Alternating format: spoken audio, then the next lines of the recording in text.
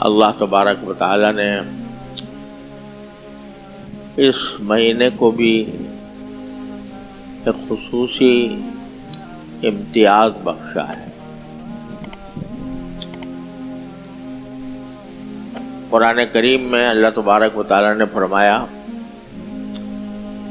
کہ اللہ تعالیٰ نے 12 مہینے بنائے ہیں،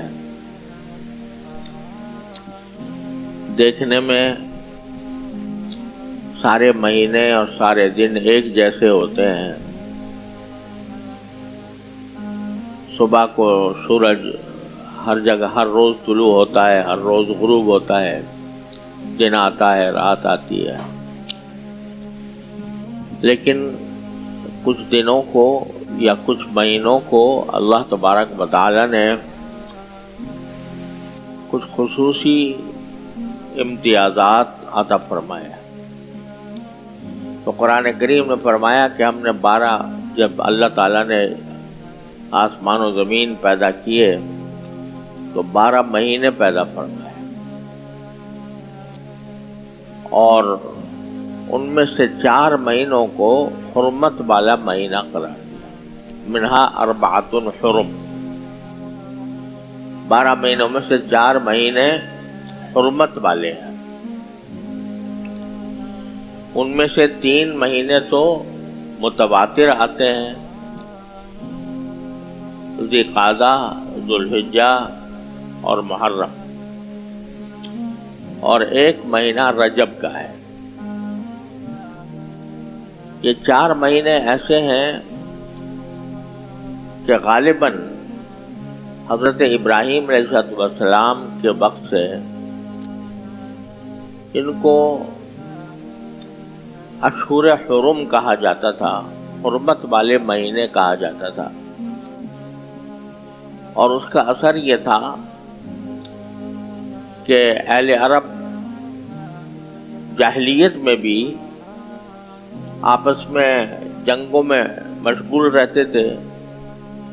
جاہلیت میں قبائلی جنگیں بہت زیادہ ہوا کرتی تھیں، ہر قبیلہ دوسرے قبیلے سے برسر پیکار رہتا تھا، لیکن ان 4 مہینوں میں جاہلیت کے زمانے میں بھی یہ دستور چلا آتا تھا کہ ان 4 مہینوں میں جنگ نہیں کرنی۔ اس میں جنگ کرنے کو وہ بھی حرام سمجھتے تھے، ناجائز سمجھتے تھے۔ اسی لیے ناجائز سمجھتے تھے کہ ان کو حرمت والے مہینے کہا جاتا تھا کہ اس میں کسی بھی شخص کے اوپر تلوار اٹھانا جائز نہیں تھا، حرام تھا۔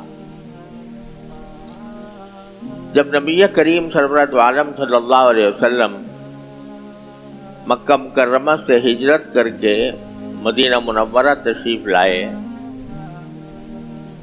تو یہ باتیں تو 4 مہینوں کی حرمت تو معلوم تھی، معروف تھی، اور رسول کریم صلی اللہ علیہ وسلم نے بھی اس کو برقرار رکھا تھا۔ لیکن جب مدینہ منورہ آپ تشریف لائے تو وہاں دیکھا کہ یہودی لوگ 10 محرم کو یعنی عاشورہ کو روزہ رکھتے تھے۔ عاشورہ کے دن یعنی 10 محرم کو یہودی روزہ رکھتے تھے۔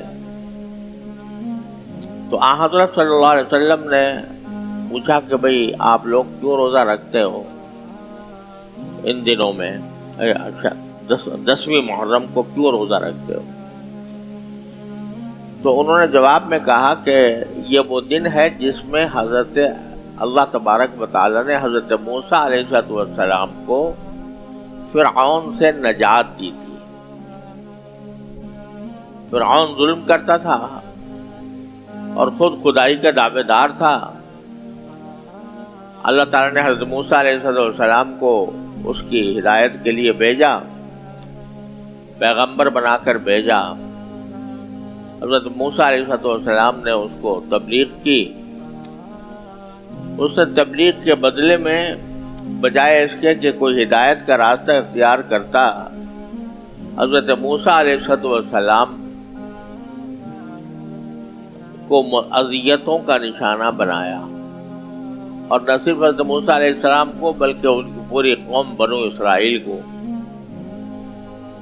جس کا تفصیل سے قرآن کریم میں ذکر آیا ہے۔ بعد میں اللہ تبارک و تعالیٰ نے حضرت موسیٰ علیہ السلام کو حکم دیا کہ آپ بنی اسرائیل کو لے کر مصر سے روانہ ہو جائیں فلسطین کی طرف۔ تو فرعون کو جب پتہ چلا تو وہ بھی اپنا پورا لشکر لے کر حضرت موسیٰ علیہ السلام کے پیچھے روانہ ہو گیا، حضرت موسیٰ علیہ السلام پر حملہ کرنے کے لیے اور ان کو آگے جانے سے روکنے کے لیے۔ اللہ تعالیٰ کا کرنا ایسا ہوا کہ جب حضرت موسیٰ علیہ السلام کا لشکر آگے جا رہا تھا، فرعون کا پیچھے آ رہا تھا، سامنے سمندر آ گیا۔ اب آگے سمندر کے اندر جانے کا کوئی راستہ نہیں تھا، لیکن حضرت موسیٰ علیہ السلام کے معجزے کے طور پر اللہ تبارک و تعالیٰ نے حضرت موسیٰ علیہ السلام سے فرمایا کہ آپ اپنا عصا، یعنی جو ہاتھ میں آپ کے لاٹھی ہے، وہ اس سمندر کے اوپر آپ ماریں۔ تو انہوں نے لاٹھی ماری تو اللہ تعالیٰ نے اس سمندر کو روک دیا اور 12 راستے پیدا ہو گئے، کیونکہ بنی اسرائیل کے 12 قبیلے تھے، تو ہر قبیلے کے لیے ایک الگ راستہ اللہ تعالیٰ نے سمندر کے اندر بنا دیا، سمندر کو روک دیا۔ قرآن کریم میں اس کا ذکر آیا ہے۔ اور حضرت موسیٰ علیہ السلام اور ان کے تمام ہمراہی سمندر کے پار اتر گئے، عافیت کے ساتھ، خیریت کے ساتھ۔ پیچھے فرعون کا لشکر آ رہا تھا، جب وہ وہاں پر پہنچا تو پانی رکا ہوا تھا، راستے بنے ہوئے تھے، تو اس نے سوچا کہ میں بھی ان راستوں سے فائدہ اٹھا کر میں بھی ان راستوں کے ذریعے پار اتر جاؤں۔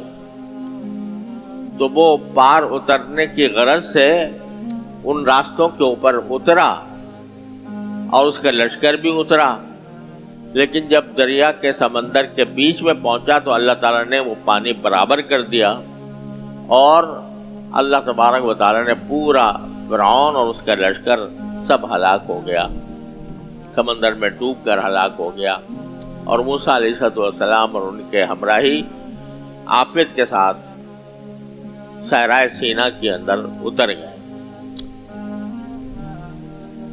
اور یہ بھی اللہ تعالیٰ نے اس دن فرما دیا تھا کہ اس وقت جب پانی کی موجیں آ کر اس کو ڈبو رہی تھیں اور بالکل وہ مرنے حال پہنچ گیا تھا، تو فرعون نے اس وقت آواز دی کہ میں ایمان لاتا ہوں بنو موسیٰ علیہ السلام کے خدا پر، جس پر موسیٰ علیہ السلام ایمان لائے ہیں، جس پر بنو اسرائیل ایمان لائے ہیں، اس پر میں بھی ایمان لاتا ہوں۔ تو قرآن کریم نے فرمایا الآن آنا، اب ایمان لائے ہو، وقد کنت من المفسدین، اور اس سے پہلے تم فساد پھیلایا کرتے تھے۔ یہ اللہ تعالیٰ کا قانون ہے کہ اللہ تعالیٰ توبہ کا دروازہ تو ہر وقت کھلا رکھتے ہیں، کھلا ہوا ہے ہر انسان کے لیے، چاہے وہ کافر ہو، مشرک ہو، بت پرست ہو، فاسق فاجر ہو، توبہ کا دروازہ ہر وقت اللہ تعالیٰ نے کھول رکھا ہے کہ جس وقت بھی انسان توبہ کر لے گا اپنے کفر سے، اپنے فسق سے، تو اللہ تعالیٰ اس کو معاف فرما دے گا۔ لیکن جب موت سامنے آ گئی ہو، موت آنکھوں کے سامنے ہو، اللہ تعالیٰ کا عذاب سامنے آ کھڑا ہو، اس کے بعد ایمان معتبر نہیں ہوتا۔ تو جب وہ ایمان لایا بھی تو قرآن نے کہا کہ اب ایمان لائے ہو، جبکہ اس سے پہلے تم فساد مچا رہے تھے۔ البتہ یہ فرما دیا کہ فَالْيَوْمَ نُنَجِّيكَ بِبَدَنِكَ لِتَكُونَ لِمَنْ خَلْفَكَ آیَةً، آج ہم تمہیں تو خیر نہیں بچائیں گے، لیکن تمہارے جسم کو ہم سالم رکھیں گے تاکہ تمہارا جسم تمہارے پیچھے آنے والوں کے لیے ایک عبرت کا نشان بن جائے۔ چنانچہ یہ بھی معجزہ ہے حضرت موسیٰ علیہ السلام کا اور اللہ تعالیٰ کی قدرت کا ایک کرشمہ ہے کہ فرعون اگرچہ غرق ہو گیا لیکن اس کی لاش سلامت باقی رکھی گئی، اور آج بھی وہ قاہرہ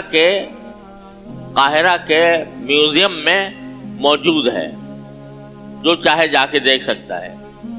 تو قرآن کریم نے فرمایا تھا کہ میں تمہارے بدن کو سلامت رکھوں گا تاکہ آنے والے لوگوں کے لیے تمہیں عبرت بنا دیا جائے۔ قاہرہ کے عجائب خانے میں آج بھی محفوظ ہے، میں نے اپنی آنکھوں سے دیکھی ہے۔